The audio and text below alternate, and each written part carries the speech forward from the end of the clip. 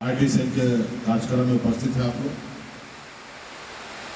ये पिछले बार पार्टी के सभी वरिष्ठ राष्ट्रीय कार्यकारिणी का बैठक वाल्मीकि नगर कार्यक्रम में हुआ था।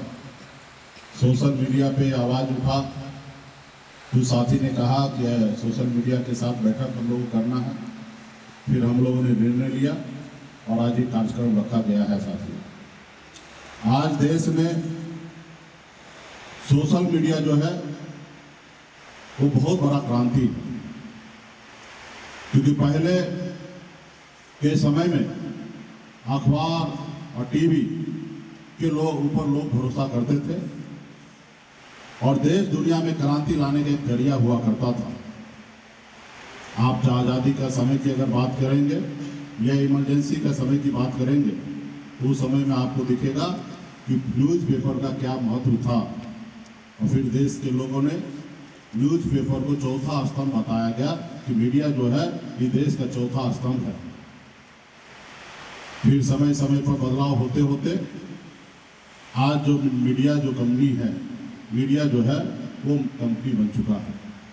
उनको लाखों करोड़ रुपया कमाना है, लाखों करोड़ रुपया उनको सैलरी देना है, और जब सैलरी देना है तो कमाना है, और जो पैसा देंगे तो निश्चित तौर पर उनकी बात को मानना पड़ेगा, उनके हिसाब से चलना पड़ेगा। तो देश में सबसे बड़ा विज्ञापन जो है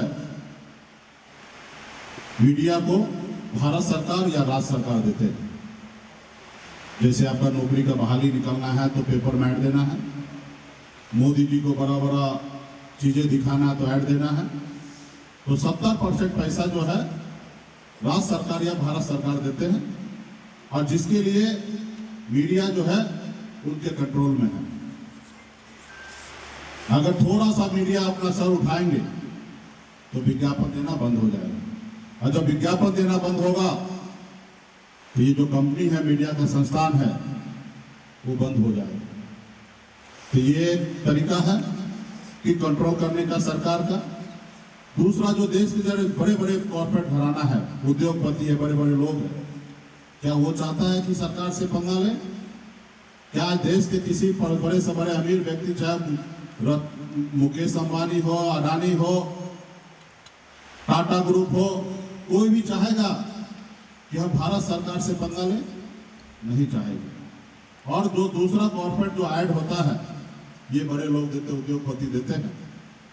अगर उनको साबुन बेचना है, तेल बेचना है तो टीवी पे विज्ञापन देते हैं। अगर सरकार एक बार कह दे कि इस संस्थान को आपको ऐड नहीं देना है, तो मुझे नहीं लगता कि देश के किसी उद्योगपति में दम है जो किसी संस्थान को ऐड दे देंगे। यहां तक ऐसा हो चुका है कि एक बड़ा ग्रुप देश के 78% मीडिया हाउसेस का मालिक है, और वो जो ग्रुप है वो मोदी जी का चाहता है। आप बताइए, कंपनी भी, मीडिया हाउसेस जो भी है वो उद्योगपति खरीद लिया और वो है मोदी जी का चाहता। साथियों, ये देश जब आजाद हो रहा था उसमें खास करके गरीब, पिछड़ा, दलित लोगों ने कुर्बानी दी। पौने 200 साल तक अंग्रेज से लड़ाई लड़ा। जो चालाक था, जो समझदार था, वो अंग्रेज का गुलाम था। जो नहीं समझदार था, वो अपने बच्चे के बारे में, भविष्य के लिए जो सोचता था, वो देश के लिए, अधिकार के लिए लड़ाई लड़ा, देश को आजादी दिलाया। और आजादी के बाद बाबा साहब भीमराव अंबेडकर ने एक संविधान बना के दी। उस संविधान में आपको ताकत दिया गया, क्योंकि देश की जनता, जो गरीब जो था, उन्होंने लड़ाई लड़कर देश बनाया। उससे पहले तो रानी के कोख से बच्चा जन्म लेता था, वही राजा बनता था। जब आजादी के बाद बाबा साहब भीमराव अंबेडकर ने कहा नहीं, जितने भी राजा थे उसको भारत में विलय करवा के, और उन्होंने एक संविधान बनाया कि देश का जो मालिक है वो जनता है। आपको मालिक बनाया गया, राजा हो या रंग हो, सबके पास एक ही वोट गिराने का अधिकार है। चाहे राजा वोट गिराएंगे या रंग वोट गिराएंगे, उसी वोट से देश का प्रधानमंत्री हो या राज्य का मुख्यमंत्री हो या एक वार्ड का सदस्य उस वोट से बनेगा। क्या आप देश के तमाम हमारे SC ST OBC के लोग आज मान रहे हैं कि मैं राजा हूं, लेकिन हकीकत बात यह है कि आप राजा हो, लेकिन आपको आज गुलाम बनाया जा रहा है साथियों, आपको गुलाम बनाया जा रहा है। लोकतंत्र को इस देश में खत्म किया जा रहा है। राजनीति को जो है बड़े बड़े उद्योगपति के द्वारा खरीदा जा रहा है, बाजारीकरण किया जा रहा है। आज देश में कुछ देश राज्य में जाइए, एक सांसद बनने के लिए 200 करोड़ रुपया खर्चा करना पड़ता है। आप बताइए कि गरीब का बेटा, मछली मारने वाला, मजदूर किसान का बेटा, हल चलाने वाला, क्या जो राज्य का विधायक और सांसद बन सकता है? नहीं। ये किसने किया? ये बड़े बड़े लोगों ने इस राजनीति को बाजारीकरण कर दिया। इसलिए साथियों, बाजारीकरण तो कोई गरीब नहीं किया है, बाजारीकरण कोई गरीब का बेटा नहीं किया है। बाजारीकरण वो किया है जिसके पास पैसा है। आपको वोट लेने के बदले में आपको पैसा किसने दिया? जिसके पास पैसा है, पैसे के दम पर चुनाव जीत जाते हैं। तो ये सब सिलसिला चलते रहा तो फिर आप कहां जाएंगे? आपका वोट कहां जाएगा? उसके बाद अभी देखिए, अभी देश में तो ऐसा व्यवस्था बन चुका है कि जनता का वोट का कोई वैल्यू नहीं है। आप वोट गिराइए, एक व्यक्ति को जिताइए, पता चला 50 करोड़ 100 करोड़ 150 करोड़ रुपया में वो विधायक ही बिक जाता है।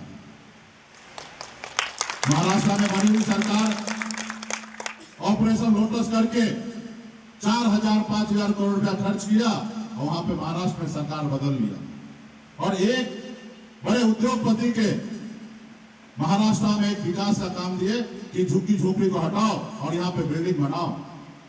सिर्फ एक काम में कम से कम वो उद्योगपति को कम से कम 50,000 करोड़ रुपया का प्रॉफिट होगा साथियों, 50,000 करोड़ का प्रॉफिट होगा। तो कोई क्यों नहीं करेगा? 4,000-5,000 करोड़ रुपया खर्चा करके सरकार गिरा के सरकार बना लेगा। तो ये हो रहा है और ये नुकसान किसका? नुकसान आपका है साथियों, आपका है। इसलिए साथियों, आपको वो दौर में फिर से नहीं जाना है जिसमें राजा का बेटा ही राजा बनता था। बड़े बड़े लोग इतने अमीर हो जाएं कि आप गिड़गिड़ाने लगेगा। आज सरकार का भी पॉलिसी वही है, 5 किलो चावल देकर आपसे वोट लेता है। वो आपके बच्चे के पढ़ने के लिए स्कूल की व्यवस्था नहीं करते हैं। आप बीमार पड़ते हैं, अगर इलाज कराने की व्यवस्था उसको नहीं करना है। आपके बच्चे पढ़ लिख कर काबिल है, उसको सरकारी नौकरी या प्राइवेट का व्यवस्था नहीं करना है, उसको फैक्ट्री नहीं खोलाना है। आपको गुलाम बनाना है। 5 किलो चावल देकर आपसे वोट लेते रहेंगे, वो मालिक बने रहेंगे और आप गुलाम बने रहेंगे। ये आज देश का सरकार चाहता है। इसलिए साथियों, ये बदलाव कोई दूसरा ग्रह से कोई नहीं आने वाला है या दूसरे दुनिया से कोई लोग नहीं आने वाले हैं। जो आज का हालात है उसको मजबूती से आप ही को लड़ाई लड़ना पड़ेगा साथियों, आप ही को लड़ाई लड़ना पड़ेगा। जो आज समय है इससे बहुत भयंकर समय 1947 से पहले था, उससे भी पहले हजारों साल इससे ज्यादा बड़े भयंकर समस्या था। लेकिन आप याद कीजिए अपने पूर्वज को, उन्होंने वो सब समस्या को दूर करके और आज आप सर उठा के जीने लायक आपको बनाया गया है, आपके पूर्वज ने बनाया।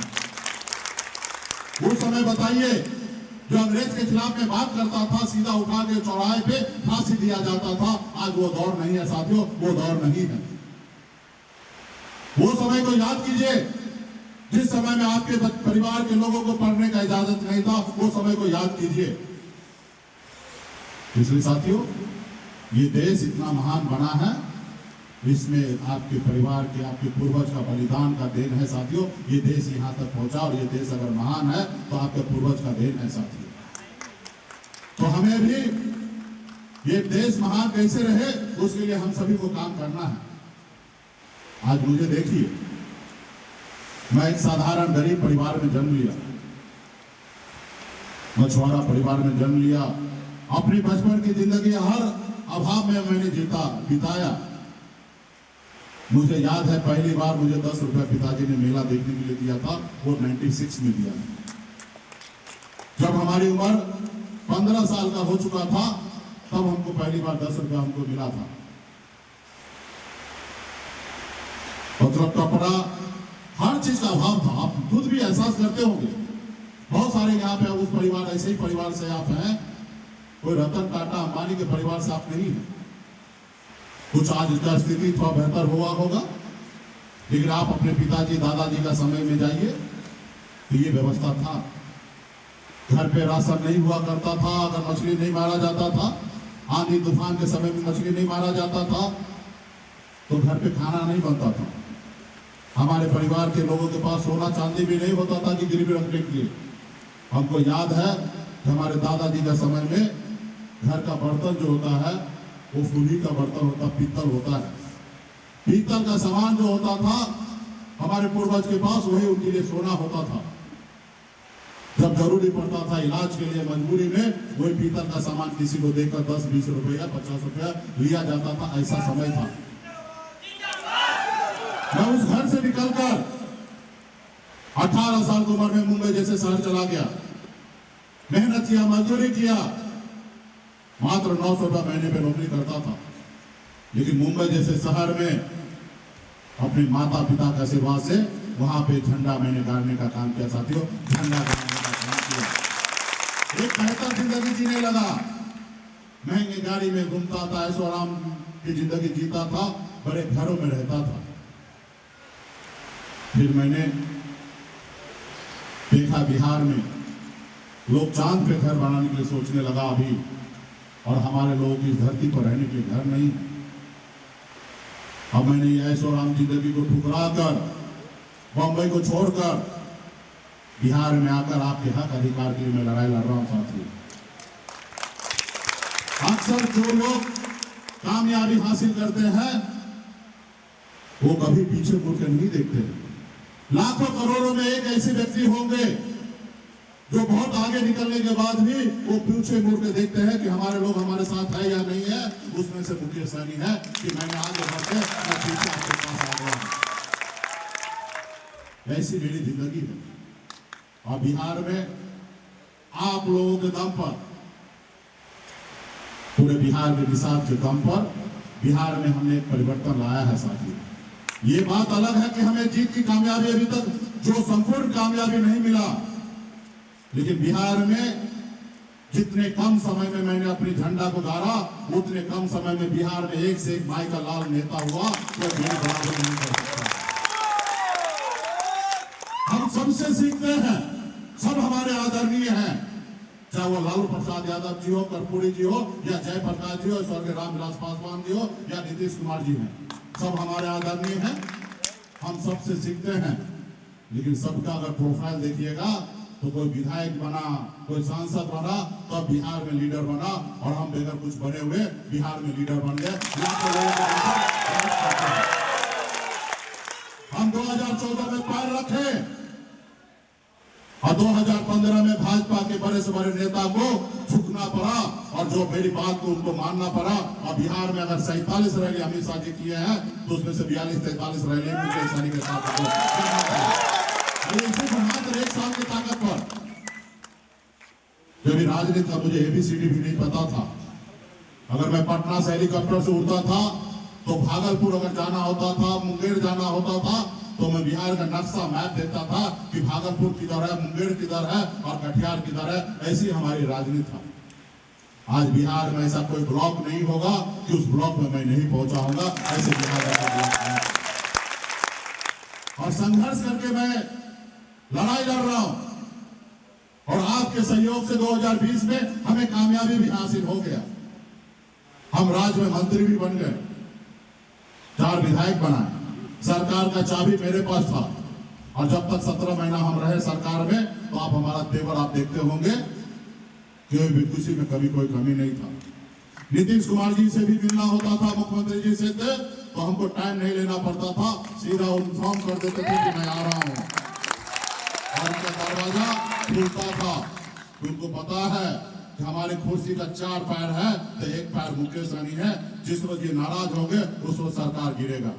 ये है ताकत हमारे पास ऑप्शन था कि हम किसी के साथ बेईमानी करके और राज्य का डिप्टी सीएम 2020 में बन जाते। ऐसी मेरे पास था ताकत, लेकिन हम ईमानदारी के साथ चलने वाला व्यक्ति है। हम कभी किसी के साथ बेईमानी नहीं कर सकते और हम ईमानदारी के साथ हम काम कर रहे थे। और आप सबको पता है कि आपके आरक्षण की लड़ाई के लिए बिहार से उठकर उत्तर प्रदेश तक मैं चला गया। आपके आरक्षण की लड़ाई के लिए मोदी जी और योगी जी से मैंने टकरा गया। आरक्षण नहीं तो वोट नहीं, वोट नहीं तो सरकार नहीं। और 50 सीट से अधिक हमने उत्तर प्रदेश में चुनाव लड़ा। मैं उस समय मोदी जी से समझौता कर लेता, योगी जी से समझौता कर लेता, बिहार में रहता। हमको क्या जरूरी है, हो गया। आप लोगों को गुमराह करके सरकार बन गए, मंत्री बन गए। और अमित शाह जी और मोदी जी का मैं चाहता पहले से था। वो तो कहते थे कि आइए अगला मुख्यमंत्री आपको बनाएंगे, सिर्फ उसका कंडीशन एक ही था, पार्टी विलय कर लीजिए। हमारा था कि नहीं, ये पार्टी पर सिर्फ मुकेश सहनी का अधिकार नहीं है। लाखों निषाद ने गांधी मैदान में आके संकल्प लिया और पार्टी को बनाया सिर्फ एक ताकत के लिए, आरक्षण के लिए। हाँ, आप आरक्षण लागू कर दीजिए, हम पार्टी विलय क्या, मैं अपने प्राण तक भी देने के लिए तैयार हूं, सिर्फ आरक्षण चाहिए। और आरक्षण नहीं दीजिएगा तो हम लड़ेंगे, संघर्ष करेंगे, जो होगा वो देखा जाएगा। और इस नीति के साथ मैं डट के रहा। और आप मानते हैं बड़ी ताकत से लड़िएगा तो पहले स्टार्टिंग में तो हार तो होगा ही। फिर उन्होंने, उनके पास ताकत था, विधायक हमारे खरीद लिए, हमें सरकार से बाहर कर दिए, जो सरकार हमने बनाया था। लेकिन मैं आपके साथ खड़ा हूं, आपके साथ मजबूती से लड़ाई लड़ने के लिए तैयार हूं। 2024 से पहले हाथ में गंगा जल लेकर पूरे बिहार में हम लोगों ने संकल्प लिया था, एक माहौल बनाया था। आरक्षण नहीं तो गठबंधन नहीं, गठबंधन नहीं तो वोट नहीं। उस रास्ते पे मैं चल रहा था। बहुत हद तक मोदी जी, गृह मंत्री अमित शाह जी, नड्डा जी बहुत तक आपके हक को मानने लगे थे, आपको बात मान लेते। अगर नीतीश कुमार जी एंड टाइम पर अगर वो पलटी नहीं मारते तो मजबूर मैंने कर दिया था कि बिहार में निषाद समाज को आरक्षण देने के मैंने मजबूर कर दिया था। लेकिन उन्होंने नीतीश कुमार को पलटी मारने के बाद उनको लगा कि हम थोड़ा ताकतवर हो गए। चिराग पासवान जी एनडीए में शामिल होने के बाद उनको लगा कि हम ताकतवर हो चुके और उन्होंने हमें ऑफर किया कि नहीं, आप पहले सांसद बनिए, मंत्री बनिए, आप 2 सीट पे गठबंधन कर लीजिए। हम बोले नहीं, हमें एक भी सीट नहीं दीजिएगा, कोई फर्क नहीं पड़ता है, लेकिन आरक्षण दे दीजिए। क्योंकि सिर्फ मैं ही नहीं, बिहार में लाखों निषाद ने हाथ में गंगा जल लेकर संकल्प लिया है कि हम बगैर आरक्षण का समझौता नहीं करेंगे। तो उन्होंने कहा चुनावी साल है, ये तो संभव नहीं है। तो हमने भी कहा कि जब आपके पास अगर संभव नहीं है तो हमारे पास भी संभव नहीं है साथियों, संभव नहीं है। क्योंकि मैं जानता हूं ये लोग कितने चालाक हैं। आप जब मजबूती से आगे बढ़ रहे हैं तो आपके सामने भी झुकेंगे, और जब उनका समय निकल जाएगा तो अजगर सांप के जैसे वो डसने वाले, गिरने वाले हैं वो लोग। तो हमको पता है अभी सांसद और भारत सरकार में मंत्री का लोभ में रहेंगे तो 5 साल तक तो रखेंगे, उसके बाद ये हम हमारे गले में पट्टा बांध देंगे। उस समय मैं क्या करूंगा, इधर जात भी गया, भात भी गया। आपके हिसाब से अगर नहीं चलूंगा तो आप हमको छोड़ दीजिएगा, और जब आप हमें छोड़ दीजिएगा तो दिल्ली वाला थोड़े हमको मानेगा मुकेश सहनी है।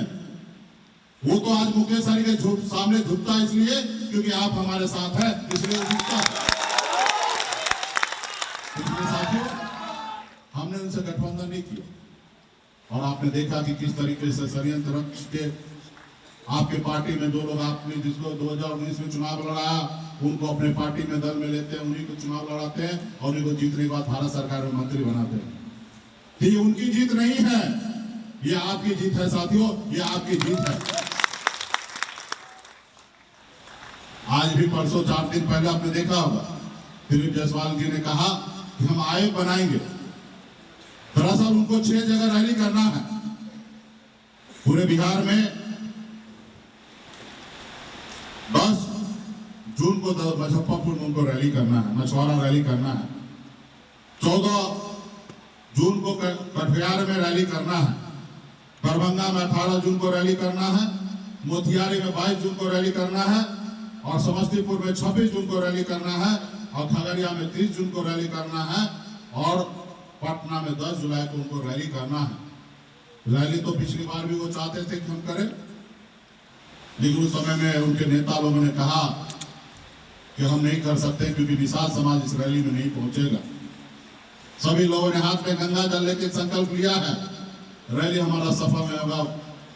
तो उन्होंने इस बार सोच रहा है कि 25 से पहले हम मुकेश सहनी को भी अपनी ताकत दिखाएं ताकि मुकेश सहनी को कहीं ना कहीं अपने पक्ष में ले ले, या निषाद का रैली सक्सेस हो जाएगा तो तेजस्वी जी कहीं ना कहीं कम सीट देंगे। तो ये चक्कर में निषाद के कुछ नेता को बैठाएं, उनके पास संसाधन है और आयोग में मेंबर और सदस्य बनने का ऑफर किया ताकि आप लोग रैली तैयारी कीजिए, हिट कराइए और मैं अध्यक्ष और सदस्य आपको हम बनाएंगे।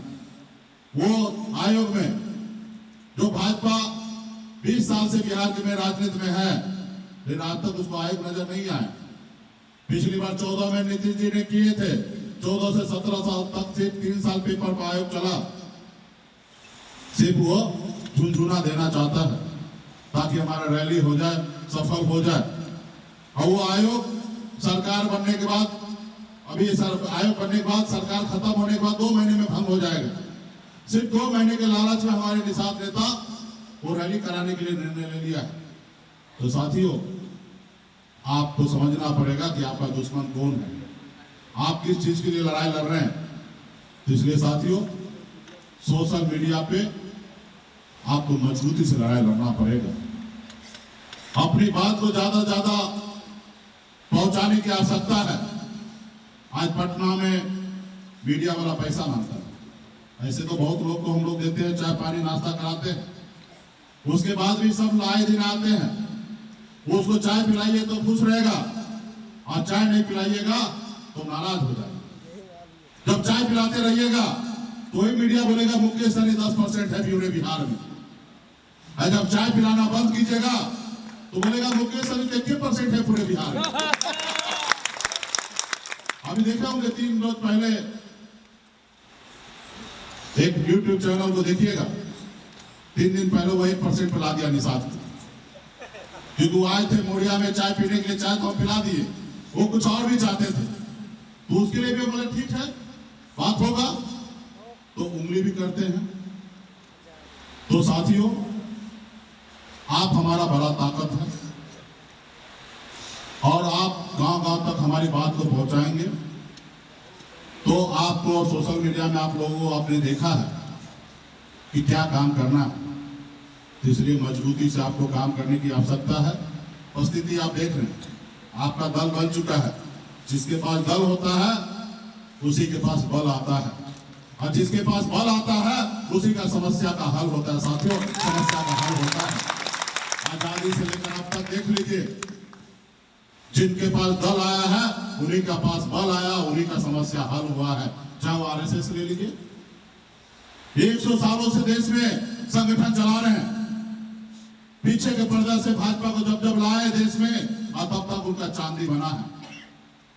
आप देखिए RSS देश में सरकार बनाकर गरीब पिछड़ा दलित के साथ क्या कर रहा है।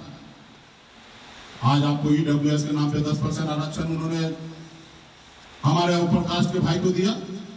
हम उस आरक्षण का विरोधी नहीं है, हम भी मानते हैं कि देश में अगर गरीब है अपर कास्ट तो उसको भी सम्मान मिलना चाहिए, लेकिन तरीका इस देश का सबके लिए एक तरीके से होना चाहिए। जातिगत आधारित गणना होना चाहिए, कितनी उनकी संख्या है। अगर वो वाकई में 30% है तो उसको 10 नहीं 15% दीजिए। अगर वो 5% है, जिस तरीके से OBC 63% है, सिर्फ मात्र 27% आप आरक्षण दे रहे, उसी अनुपात में दीजिए, या 50% का जो दीवार है उसको तोड़ दीजिए। जिनकी जितनी हिस्सा संख्या है उतना उनको हिस्सा दे दीजिए। भाई कोई भी चीज तरीका से होगा ना, ऐसा तो नहीं है कि ये देश किसी एक व्यक्ति का है। ये देश जो है 150 करोड़ लोगों का है। इसमें जितना अधिकार हमारे उच्च जाति का भाई का है, उतना ही अधिकार हमारे भाई दलित भाई का भी है, उतना ही अधिकार हमारे मुसलमान भाई का भी है, उतना ही अधिकार निषाद भाई का भी है इस देश पे। तो तरीका से, इसलिए साथियों आपको अधिकार को खत्म किया जा रहा है। आप जाइएगा नौकरी के लिए, जाइएगा इंटरव्यू में, जिसको 5 नंबर देना चाहिए उनको 45 नंबर मिलेगा, जिनको 45 नंबर मिलना चाहिए उसको 5 नंबर मिलेगा, क्योंकि जितने भी संस्था है सब पे आरएसएस का कब्जा है। राज्यपाल के द्वारा, भारत सरकार के द्वारा, राज्यपाल और राज्यपाल के द्वारा आरएसएस का पूरा देश में जितने भी यूनिवर्सिटी है सब जगह कब्जा है। इसलिए साथियों इस सब चीज को देखते हुए आपका अपना दल बन चुका है। दल के लिए काम कीजिए साथियों, दल के लिए काम कीजिए। हमारे बहुत सारे साथी पिछले 11 साल के में बहुत सारे साथी हमारे बीच नहीं रहे। उन्होंने सपना देखा कि पार्टी को आगे पहुंचाएंगे, लेकिन लड़ाई लड़ते लड़ते दम को तोड़ दिए। आज वो हमारे बीच में नहीं। आपके पूर्वज ने सपना देखा हमारा समाज सर उठा के जिएंगे, वो हमारा पूर्वज नहीं है। अभी हमें जरूरी है कि हमारे पूरे साथी और हमारे पूर्वज को सपना को साकार करने के लिए ये मौका आपके पास है साथियों। पिछले 11 सालों से खून पसीना बहाकर वीआईपी पार्टी जिंदाबाद, मुकेश सहनी जिंदाबाद गाँव तक किए हैं। अभी वही जुनून, वही ताकत से 5 महीना आपके पास समय है, यानी कि 150 दिन है, यानी कि शुरू से एंड तक 150 दिन है। 150 दिन में आप इतिहास बदलने का काम कीजिए साथियों, इतिहास बदलने का काम कीजिए। और सही मायने में इस बार इतिहास बदल जाएगा साथियों। जो हमारे साथी 2020 में जो ताकत के साथ काम किए, वो 2025 में दुगुना से लड़ाई लड़िए और देखिए बिहार में बदलाव होगा। चाहे वो देश के प्रधानमंत्री क्यों ना बिहार में आ जाए, कोई फर्क नहीं पड़ने वाला साथियों, कोई फर्क नहीं पड़ेगा। आज जो आपका गठबंधन है, महागठबंधन, इंडिया गठबंधन, उसमें मजबूत आप घटक दल है साथियों, उसमें मजबूत घटक दल है। अगर 1 नंबर पार्टी अगर राष्ट्रीय जनता दल आरजेडी है वोट के मामले में, तो दूसरे नंबर पे निषाद है साथियों। बिहार में सबको पता है। और आपने देखा 2024 में 2 युवा नेता मोदी जी को बिहार में हल्दी लगाने का काम किया साथियों, बिहार में हल्दी लगाने का काम किया। उस समय तो हम लोग राहुल गांधी जी को दुल्हा बनाकर घूम रहे थे, और इस बार तो आपका अपना भाई दुल्हा होगा। आप बताइए क्या जोश से आप काम कीजिएगा। बिहार में कोई निषाद किसी का सुनने वाला है? जब पता चल जाएगा कि बिहार का दूल्हा जो है निषाद का बेटा है, तो कोई किसी का सुनेगा? और कहीं पे कोई गुमराह होने लगेगा तो आप लोग उसको छोड़िएगा? तो फिर, और जब ये समीकरण अगर मिल गया, 10% उधर से खसक के इधर आ गया, तो उसको 20% का नुकसान है ना। और 10 जिसके पास नहीं है उनके पास जुड़ गया तो उसको 10 का फायदा, उसके लिए 20 का नुकसान है। तो पिछली बार तो 12,000 वोट से तेजस्वी जी पीछे रहे हैं। इस बार आप कल्पना कीजिए, जैसे लोकसभा में 19 और 24 में आपने देखा 50 से 60 लाख वोट का ध्रुवीकरण हुआ, तब जब राहुल गांधी और मोदी जी के बराबरी हो रहा था। और इस बार तो तेजस्वी प्रसाद, मुकेश सहनी के बनाम नीतीश कुमार होगा साथियों। तब देखिएगा कि बिहार में क्या क्रांति होगा। वो दिन दूर नहीं है जो सपना आप देखते हैं वो पूरा होने के लिए सिर्फ जरूरी है आप ईमानदारी से काम कीजिए। हम लोग पार्टी के नेता है, वो सब ईमानदारी से काम करें, डिसिप्लिन बना के रखिए, पार्टी पे भरोसा करता पार्टी के साथ खड़ा रहिए। ये नहीं कि जो आपको पसंद है उसके नाम पे आप सोशल मीडिया पे नाम उछालने लगे कि यही विधायक का कैंडिडेट हो। आप बताइए ना, मैं कितना परेशानी के साथ झेल रहा हूं। हाँ, निश्चित तौर पे आपका मित्र है, आपके सहयोगी है, दोस्त है, उनके बारे में लिखिए, क्योंकि आप हमारे पार्टी का नेता हैं, आप पार्टी के सदस्य हैं, पार्टी के मालिक हैं। लेकिन उचित चित जो है वो बात रखिए। अगर आपको लगे कि इस क्षेत्र में इस आदमी के नाम पे समीकरण बन सकता है तो जरूर आप कीजिए। आपको लगता है कि चुनाव जीत सकते हैं तो जरूर बात रखिए। सिर्फ वो कह दे कि अशोक जी कह दे कि अरे मेरे बारे में थोड़ा लिखिए ना सोशल मीडिया पे विधायक का कैंडिडेट के लिए, तो किसी के कहने से चलिएगा तो फिर कहां डिसिप्लिन है। हाँ, आप पहले देखिए कि हाँ अशोक जी जीत सकते हैं, क्या इनका समीकरण बन सकता है, क्योंकि आपके पास भी सोचने समझने का शक्ति भगवान दिया है। और जब अगर वो सोचने समझने का शक्ति को सही से इस्तेमाल कीजिए और उसमें लगे कि हाँ अशोक जी यहाँ जीत सकते हैं, तो जरूर उनके बारे में आपको पैरवी करना चाहिए। और ये तो घर आपका है, सोशल मीडिया में क्यों लिखना है। पटना में आइए, एक लेटर बना के आइए, हमारे हाथ में दीजिए। जैसा भी हमारे कल मंजू गोम जी है कैमूर जिला से आए हैं, उन्होंने इच्छा रखा कि हम सब चुनाव लड़ना चाहते हैं, पार्टी का वफादार सिपाही है, पार्टी में मजबूती से काम करते हैं। कल एक लेटर बना के हमको हाथ में दे दिया, उस पर हम उस पर विचार करेंगे। किसी कहने से कैसे टिकट होगा। आप उनको कितना जानते हैं। मैं पिछले 11 साल से उनको जानता हूं,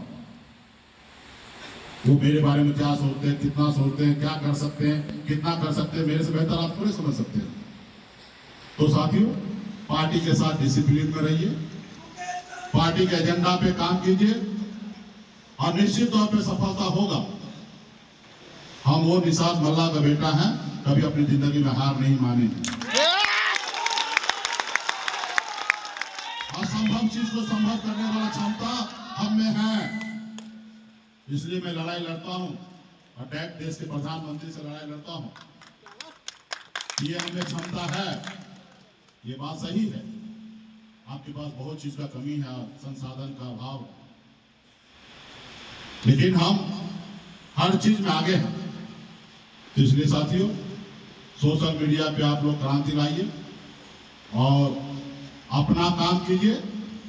हाथी जब चलता है मैदान में, रोड पे, बहुत कुत्ता भौंकता है, लेकिन हाथी मुड़ के नहीं देखता है, ना ही कुत्ता के पीछे जाता है।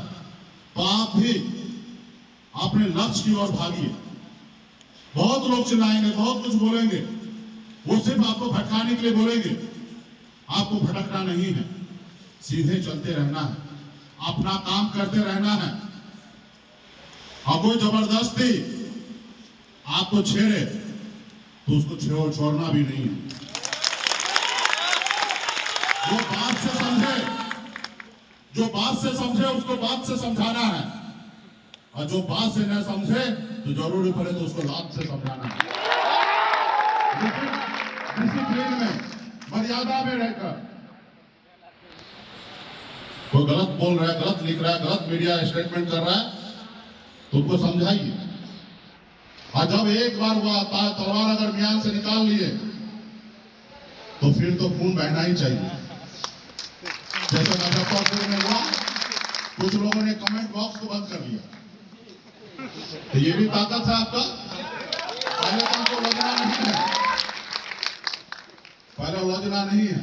और जब ऐसा कोई मौका आ जाए तो गोरिल्ला वार करना है, कुछ सामने से कुछ छुप के। तो हर आदमी, अपने साथी जो है 5-5, 6-6 आईडी, 10-10 आईडी है ना, आप अपना फेस फोटो नहीं लगा के आप आईडी बनाइए, रखिए। ऐसे उसके पीछे ज्यादा भरोसा नहीं करना है। लेकिन ऐसा समय आ जाएगा, अब जैसे कल मीडिया ने चाय पानी नहीं मिला तो 1% पिला दिया, तो उनको पुराना वीडियो खाली निकाल दीजिए कि पिछली बार तो 10% बोलते थे, 8% बोलते थे, अभी 1% पे कैसे आ गए। याददाश्त है कि खत्म हो गया। गजनी के जैसे मेमोरी लॉस हो गया क्या, उसको समझाइए।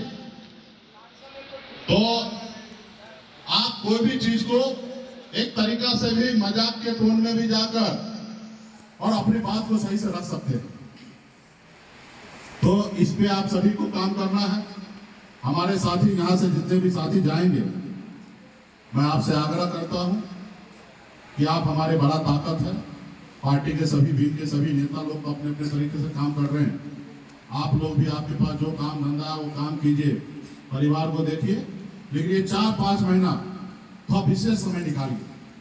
अब विशेष समय निकालकर आप एक अपने क्षेत्र में अगल बगल में एक व्हाट्सएप का ग्रुप बनाइए, उसका एडमिन आप खुद ही बनिए, और उस ग्रुप में जो पार्टी के पेज से जो जो चीजें डाला जाता है, जो न्यूज बनाया जा रहा है, उसको ज्यादा से ज्यादा प्रमोट कीजिए।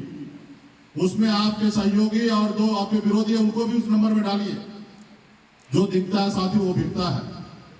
आपके दोस्त भी दिखना चाहिए और विरोधी जो है वो भी दिखना चाहिए कि मुकेश सहनी का जलवा क्या है। तो गांव-गांव में व्हाट्सएप ग्रुप भी बनाइए जो आपके लिए बहुत आसान है। उसके बाद सोशल मीडिया पे आप, फेसबुक पे आप हैं, फेसबुक पे ज्यादा से ज्यादा प्रचार कीजिए। यूट्यूब पे भी आप लोग जाइए, यूट्यूब पे हम लोग बहुत कमजोर हैं, उस पे भी आप जाइए, उस पे भी जरूरी समय समय पर आप अपनी बात को रखिए। इंस्टाग्राम पे जाइए, तमाम सोशल साइट पे जाइए और अपनी बात को मजबूती से रखिए, पार्टी को प्रचार कीजिए। और दूसरा, जितने भी न्यूज चैनल है, चाहे यूट्यूब चैनल है, राज का हो या नेशनल चैनल है, सबको आप न्यूज को देखिए, समय मिले तो। अभी कुछ दिन के लिए है ना, रील से बाहर निकलिए। अपना अगर समय अगर बर्बाद करना है, ऐसा बर्बाद कीजिए जो आपके आने वाला पीढ़ी को फायदा मिले। आप बताइए कितना रील देखते हैं। अभी आदमी का तो मेमोरी जो है ना लॉस होते जा रहा है। 30 सेकंड का कंटेंट देखते हैं और उसके बाद तीसरे दिन अगर आपको याद नहीं रहता फिर से वो देख लेते हैं। मतलब इतना छोटा नॉलेज होते जा रहा है। तो आप अपनी बात को ज्यादा से ज्यादा रखिए, ज्यादा से ज्यादा शेयर कीजिए, ज्यादा से ज्यादा पोस्ट कीजिए। जितने भी न्यूज चैनल है, होटल है, सब पे वो आप कमेंट भेजिए, लिखिए मुकेश सहनी जिंदाबाद, वीआईपी पार्टी जिंदाबाद, निषाद समाज जिंदाबाद। मोदी जी का मन की बात हो रहा है तो बैठ जाइए लड़के लोग, मोदी जी से पूछिए कि निषाद का आरक्षण आप कर दीजिएगा, बहुत हो गया आपके मन की बात। तो उनके भी टीम है ना, जैसे आज हमारे पास सोशल मीडिया का एक बड़ा टीम है, बड़ा फौज है, क्षेत्र में भी काम करने के लिए, ऑफिस में भी काम करने के लिए। हर दिन मोबाइल पे मैसेज आते रहता कि सर ये चल रहा, वो चल रहा, ये चल रहा, वहाँ ये ट्वीट किया, यहाँ ये हुआ, सब चीज हमको आते रहता है और फिर उस पर हम नोटिस लेते हैं। क्योंकि मेरे पास इतना टाइम नहीं कि दिन भर उसी पर बैठे रहे, लेकिन मेरे पास अपडेट आता है और फिर उस हिसाब से हम काम करते हैं। उसी तरीके से देश में जितने भी नेता हैं, चाहे वो मोदी जी हो या जितने बड़े बड़े देश में नेता हैं, राहुल गांधी जी, उनके पास एक बड़ा टीम है जो उनको समय समय पर सब चीज बताते रहते हैं और फिर उसी के अनुकूल वो काम करते हैं। तो आप मोदी जी से आरक्षण की बात कीजिए, वो बिहार आएंगे, भाषण देंगे तो उनसे सवाल कीजिए आरक्षण का, उनसे बात कीजिए कि भाई निषाद का जब आप वादा किए थे 2015 में और 20 में, उसको वादा क्या हुआ। कोई न्यूज चैनल डिबेट में चलता है कि बिहार में हीरो कौन, जाहिर सी बात है हीरो आप हैं, हीरो बताएगा नहीं, वो आपको मनोबल तोड़ता है। तो उनको बताइएगा कि बिहार का हीरो वीआईपी निषाद है, अल्लाह है। और जब किसी के बारे में वो हीरो बोलेंगे, उसके बारे में अगर 10 को कमेंट होगा और आपके वीआईपी के बारे में 50 को कमेंट होगा, तो जो संस्था चलाने वाला है वो भी मान लेगा कि साला हम तो बहुत गलती काम कर रहे हैं। तो यहाँ पे जिसको हीरो बनाना उसका तो 5 आदमी नहीं है, और जिसका नाम हम नहीं ले रहे उसका 50 आदमी यहाँ पे खड़ा हो गया। अगर वो आपका मनोबल तोड़ता है, ठीक है, तो फिर आप क्या कीजिए, उसका मनोबल तोड़ेंगे। आज कोई बिहार में बहुत कुछ लोगों को बहुत कुछ विरासत मिला है और हम तो संघर्ष करके यहाँ तक पहुंचे हैं। हमारे न चेहरे में कोई खराबी है और न काम करने में कोई तरीके में खराबी है, और मैं एक देश का एक सफल व्यक्ति हूँ। कोई आदमी को अगर बिहार में प्रोजेक्ट किया जा रहा कि ये व्यक्ति ये बन सकता है, सीएम बन सकता है, तो भाई हम में क्या कमी है भाई? क्या वोट कम है? क्या लड़ने में जोश में ताकत में कमी है? क्या सोच में कमी है? सब चीज में हम अव्वल है, लेकिन क्या है कि ये परसेप्शन आपके बारे में खराब करेगा। जो 5% वाला वोट होगा उसको बढ़ा चढ़ा के बात करेगा। तो भाई हम 5% बड़ा है या 10% बड़ा है बताइए? आप 22 को कोड बना दीजिएगा तो क्या मला अलग हो जाएगा? हाँ, जब हम बेटी रोटी करते हैं, बिंद हो, बेलदार हो, नुनिया मला हो, सब में हम बेटी रोटी करते हैं, हम सब एक हैं, और किसी के पेपर पे 10 को 22 को नाम लिख देने से हम अलग हो गए? हाँ, अब वो पेपर पे से निकालेगा कि इसमें सहनी इतना परसेंट है, यहाँ बिंद इतना परसेंट है, केवट इतना परसेंट है, ये है। अरे तुम गधा हो यार। बिहार के राजनीति में तुमको अभी तक पता नहीं चला कि बिंद और सहनी क्या है। मीडिया हाउस चला रहे बड़े बड़े और तुमको ये नहीं पता है कि बिंद सहनी केवट ये सब क्या है, चौधरी क्या है, गंगोत्ता क्या है, गौरी क्या है। तो वो आपको अलग अलग बांटते हैं, तो उनको आप जवाब दीजिए। तो हर तरह से आपको काम करना पड़ेगा। एक चुनावी साल है, चुनावी महीना है और यही सभागार है। हमने निर्णय लिया था और अपनी जो ताकत है उससे कम ही निर्णय लिए हैं। हमारी ताकत नीतीश कुमार से कम नहीं है। मैं चैलेंज करूंगा नीतीश जी से, अकेले लड़के दिखा दे। हम भी अकेले लड़के मुख्यमंत्री हैं तो ठीक है, लेकिन फिर से मुख्यमंत्री तो वोट बनाएगा ना, तो वोट हमारे पास है। लेकिन वो एक जगह 100 सीट मांग कर रहे हैं। 115 डिमांड करे, लेकिन 100 मिल ही जाएगा। भाजपा के पास कोई ऑप्शन भी है नहीं, ठीक है। वो जो भी हो, शॉर्ट टाइम मेमोरी हो, जो भी हो, उनको लेकिन होना ही पड़ेगा। उनके पास कोई ऑप्शन नहीं है, क्योंकि दिल्ली का सरकार भी बैसाखी पे है। तो हमारा क्या कम ताकत है। तो अच्छा सीट पर बीजेपी पार्टी लड़ेंगे।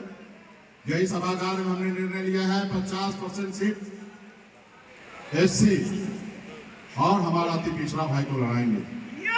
50% में अन्य जाति को लड़ाएंगे। भाई कैमरामैन किधर है, फोकस करो थोड़ा।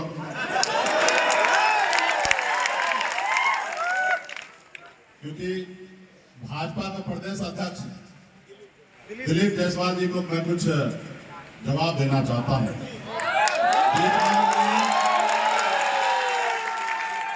मैंने सुना वो मीडिया को कह रहा था कि जो हम सवाल उठाए उसका जवाब ही मुकेश सहनी नहीं दिए, कट गए। तो हम दे देते उन्हीं को सवाल का जवाब। तो साथियों, और दिलीप जायसवाल जी आप ही सुन लीजिए, आप ही को जवाब दे रहे हैं। 2020 में वो हमसे पूछते हैं कि कितना अपने साथ को चुनाव लड़ाते हैं, जबकि झूठ बोलते हैं। बीजेपी पार्टी आप सबको पता होगा 2019 में हमने चुनाव लड़ा, 3 लोकसभा सीट लड़े, 2 निषाद लड़ा और 1 ओबीसी लड़ा। यानी कि हम पिछले जाति पे दाव लगाए और 3 लड़े, तीनों हार गए। उसके बाद आइए 2020 का चुनाव था। 2020 में हमें 11 सीट मिला और 11 सीट में 5 सीट हमने अति पिछड़ा को लड़ाया। यानी कि 11 में से 5 सीट अति पिछड़ा को लड़ाने का मतलब होता है 42%। अब 5 कहां से कहां लड़ा है वो भी दिलीप जी सुन लीजिए। एक जगह से स्वयं हम लड़े, बक्सर से हम चौधरी जी को लड़ाए, बिंद जी को, जयराज चौधरी जी को, सुगौली से रामचंद्र सहनी जी को लड़ाए और एक जगह हरी सहनी जी को हम टिकट दिए थे और किशनगंज में लखनलाल पंडित को हमने टिकट दिया था। यानी कि 5 टिकट हमने अति पिछड़ा को हमने टिकट देने का काम किया। ये बात अलग है कि सफल नहीं हुआ, लेकिन हमने दिया। रहा 2024 का 3 लोकसभा सीट हमको मिला। अंतिम आवर में गठबंधन हुआ और 3 लोकसभा सीट में 1 सीट सुरक्षित था गोपालगंज, वहां हमारा कोई बस नहीं, वहां हम एससी भाई को चुनाव लड़ाने आए, लड़ाए हम। फिर 2 सीट हमको बचा, एक मोतिहारी और एक झंझारपुर। तो हमने यहाँ पे ओबीसी को चुनाव लड़ाया, पिछड़ा समाज को लड़ाया, क्योंकि यहाँ पे हमारी अपनी तैयारी नहीं था। हम कोई सिनेमा हॉल का टिकट नहीं बांटते हैं, हम सांसद बनने का टिकट बांटना है। हम आपके बहकावे पे नहीं आएंगे, हम अपनी जीत सुनिश्चित करेंगे, इसके लिए टिकट बांटा जाता है। जाति समीकरण सब चीज देख के। अब निषाद समाज दूध पीने वाला बच्चा नहीं रहा। बिहार के राजनीति को बता दिया कि मल्ला सिर्फ मछली नहीं मारता, विधायक सांसद भी बनाता। ये हमारे आपको जवाब दिया। और आप बताइए कि 2020 में आपने किस तरीके से टिकट बांटा। 110 टिकट भाजपा के पास था। 110 सीट में 55 सीट जो है ब्राह्मण, भूमिया, लाला और राजपूत को उन्होंने लड़ाया, ऊंची जाति को लड़ाया, 50% सीट उन्होंने उनको लड़ाया।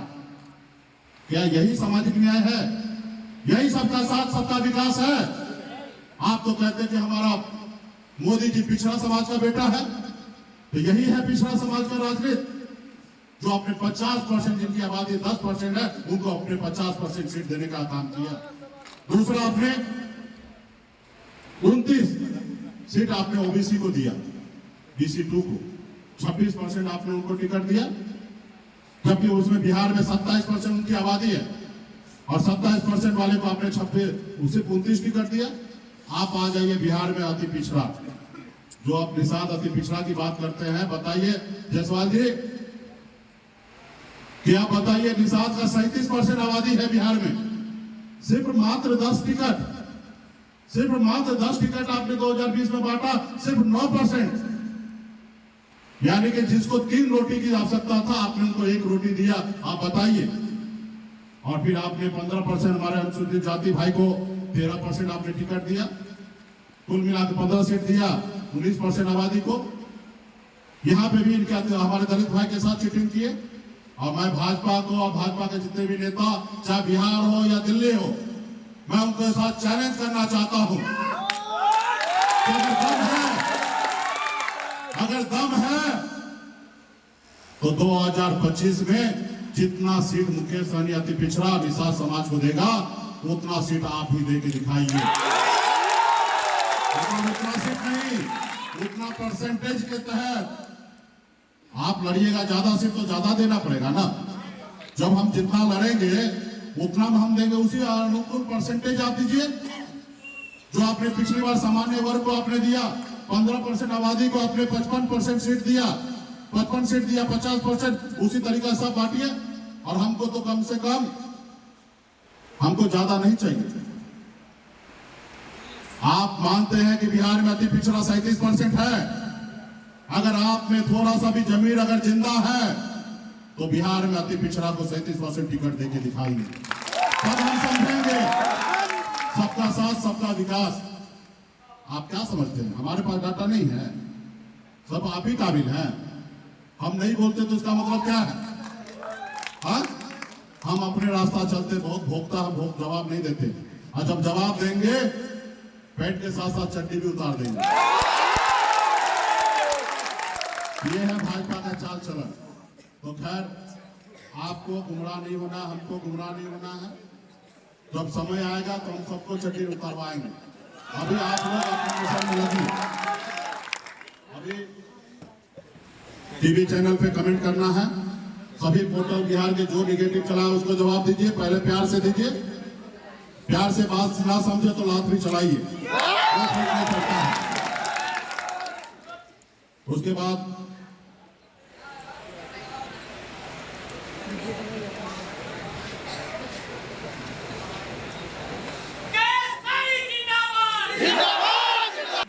मोबाइल बांटा, उसमें भी समस्या आ गई। तो 2025 का चुनाव जीतने बाद, सरकार बनने के बाद कंडीशन है, लेकिन आईफोन हम आप लोगों को गिफ्ट करेंगे। लेकिन आईफोन गिफ्ट करने का एक रास्ता है।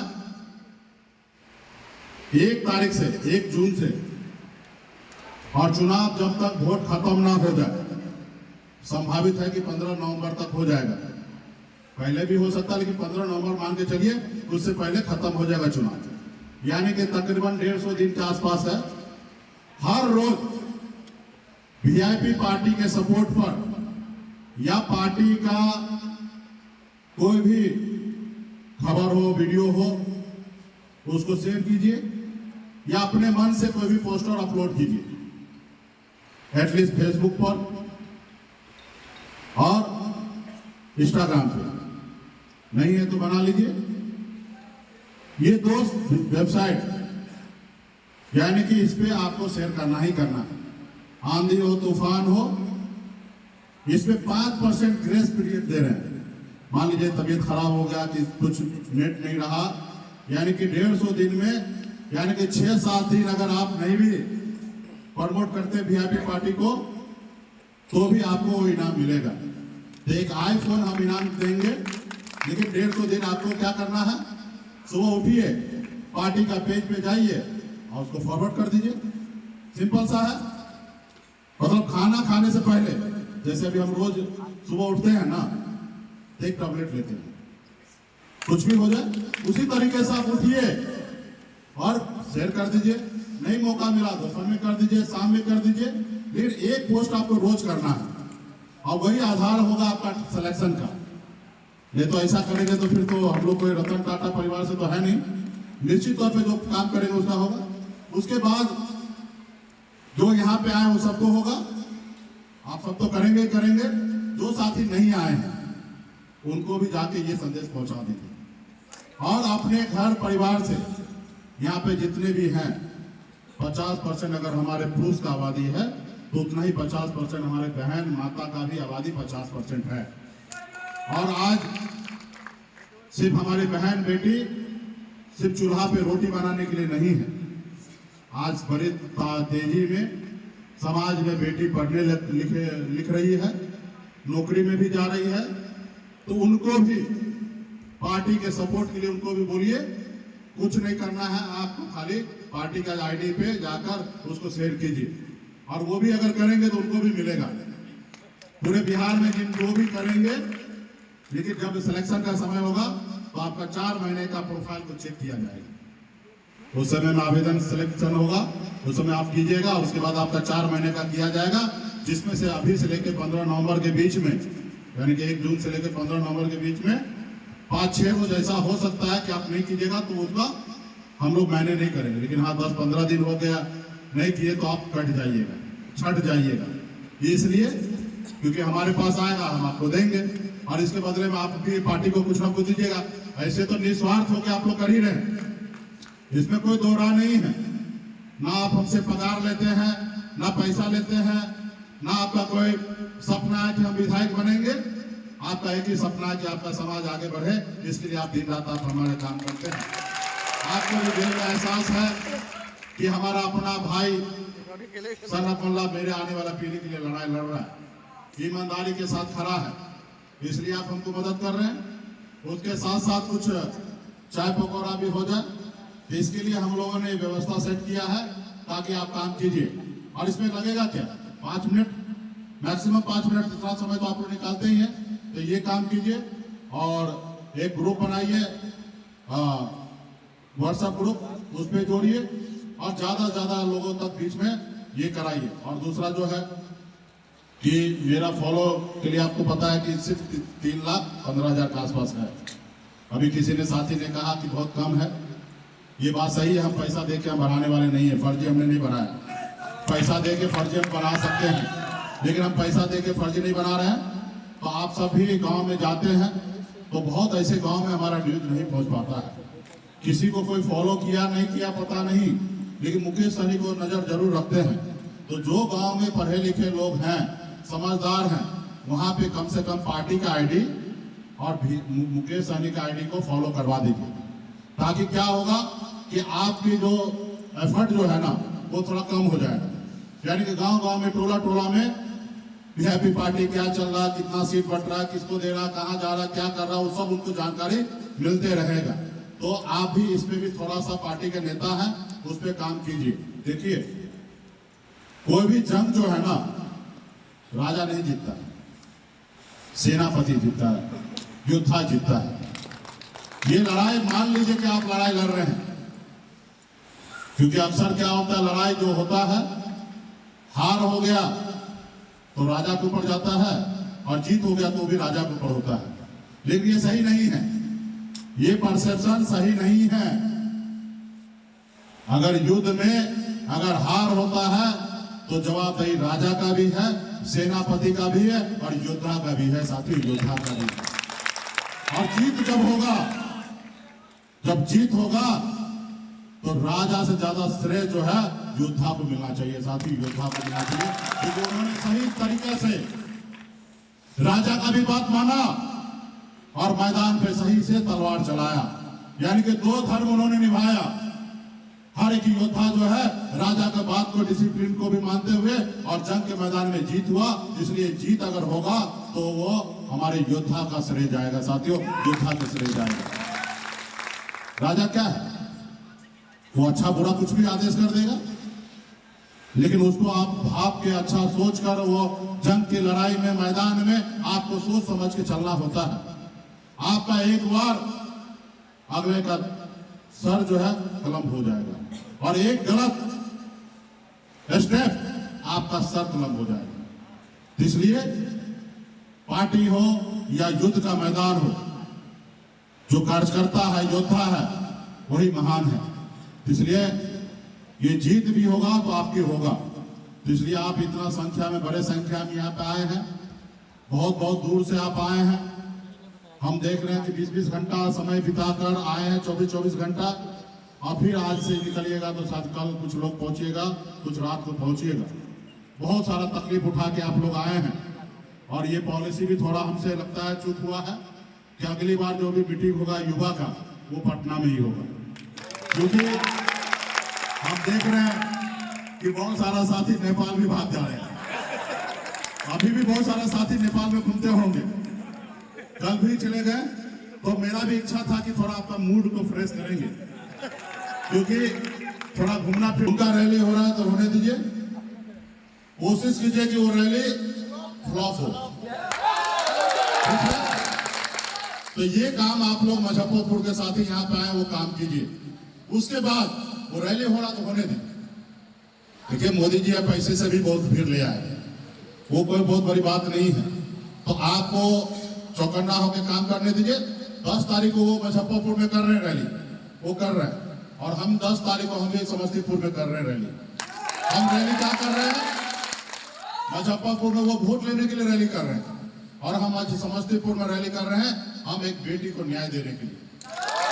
आप सब जानते होंगे, पिछले महीना एक निषाद की बेटी के साथ 3 लड़का ने जबरदस्ती उनके साथ गलत कर दिया।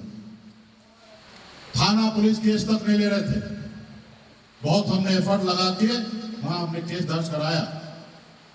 उसके बाद गिरफ्तारी नहीं हो रहा था।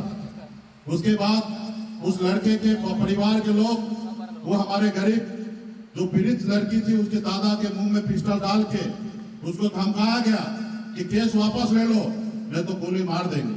जब हमको ये बात पता चला तो हम डायरेक्ट एसपी से बात करना चाहा। हमने लगातार 1 हफ्ता तक उसको फोन किया, वो फोन नहीं उठाया। फिर हमने समस्तीपुर जाके हमने प्रेस कॉन्फ्रेंस किया था कि 10-15 दिन के अंदर में उनकी कुर्सी जब्त कीजिए, गिरफ्तारी कीजिए। अगर नहीं कीजिएगा तो 15वां दिन तक आपका है, 16वां दिन हमारा है। तो समस्तीपुर में 10 जून को हम एसपी के कार्यालय को घेराव करेंगे। उस प्रेस कॉन्फ्रेंस के बाद भी हम एसपी को फोन लगा रहे हैं, फिर भी फोन नहीं उठा रहे हैं। बहुत मनोबल आए हैं, क्योंकि विजय चौधरी साहब हैं, बिहार सरकार में मंत्री हैं, उन्हीं का रिश्तेदार है एसपी। तो इसलिए उनको लगता है कि हम हैं, तो उनको ये पता नहीं है कि 4 महीना में तो सीएम गए। जो सीएम है वो 4 महीने के बाद दिखेंगे नहीं, और सेकंड सीएम 4 महीने के बाद आएंगे सब। तो उस समय में उनसे निपट लेंगे। और अभी भी मुझे पता है कि जब जनता का ताकत जब हमारे साथ है तो फिर उनको हम सही से करेंगे। तो वो वोट के लिए राजनीति करेंगे 10 तारीख को, और 10 तारीख को हम न्याय के लिए राजनीति करेंगे, और पीड़ित बहन के लिए न्याय दिलाने के लिए समस्तीपुर में रहेंगे। तो समस्तीपुर के युवा काफी है, लेकिन मुजफ्फरपुर के युवा को क्या करना है? एक मिनट, मुजफ्फरपुर के युवा को क्या करना है?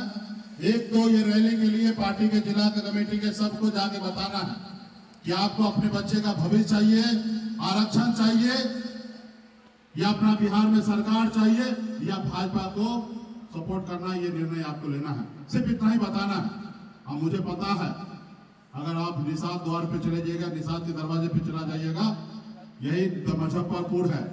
भाजपा को झाड़ू मार के भगाया था बोचहां से। यहाँ तक निषाद का नेता भी पहुंचा, उनको भी भगा दिया गया, खदेड़ दिया गया। अब 30,000 वोट अकेले वीआईपी पार्टी को आ गया, 3 वोट भी भाजपा को नहीं गया। यही ताकत है वीआईपी की।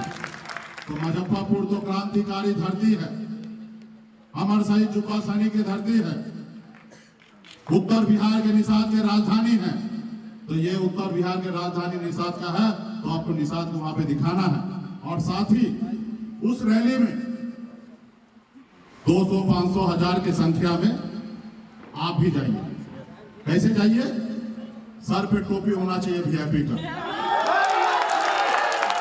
गले में गमछा होना चाहिए वीआईपी का, और उससे एक ही बात कीजिए, निषाद का आरक्षण कब दोगे?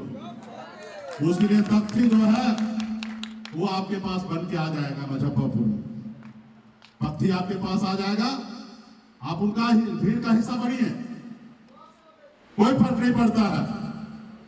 लेकिन उस भीड़ में शांति से अपनी बात कीजिए कि निषाद का आरक्षण कब दोगे, या ये बता दे देश के प्रधानमंत्री कि हमारी मांग नाजायज है, हम 4 कदम पीछे हट जाएंगे। अगर मेरी मांग जायज है, ये काम किसका है? प्रधानमंत्री जी का ही ना। और नहीं कर सकते तो कुर्सी से उतर जाइए, सही ना? तो निषाद का बेटा वहां पहुंच के देंगे। तो इसलिए साथियों, अभी आपने देखा राहुल गांधी जी का प्रेसिडेंट ने जाति आधारित गणना के लिए मजबूर कर दिया भारत सरकार को, और मोदी जी बात मान लिए और जाति आधारित गणना कराएंगे। और जब वो कराएंगे उसके बाद 2029 के बाद हम लोग जब आएंगे तो ये 50% का सीमा तोड़कर आरक्षण का दायरा बढ़ाएंगे। इस राज्य में जिनकी जितनी संख्या है उतनी उनकी हिस्सेदारी मिलेगी। तो आप भी आरक्षण के लिए तख्ती लेके जाइए, लेकिन सर पे टोपी और गले में पट्टा रहना चाहिए। वो हल्ला नहीं करना है, वहां लड़ाई नहीं करना, विवाद नहीं करना है। वहां पहुंचिएगा तो अब देखेगा मीडिया के लोग, बोले वाह वाह मोदी जी वाह, ये क्या हो रहा है? ये बिहार प्रदेश में अनोखा विरोध हो रहा है। आपको रैली के समर्थन देने के लिए वीआईपी पार्टी भी आ गया, ठीक है ना? उनको भीड़ जुटाना ना, जुटा देते हैं।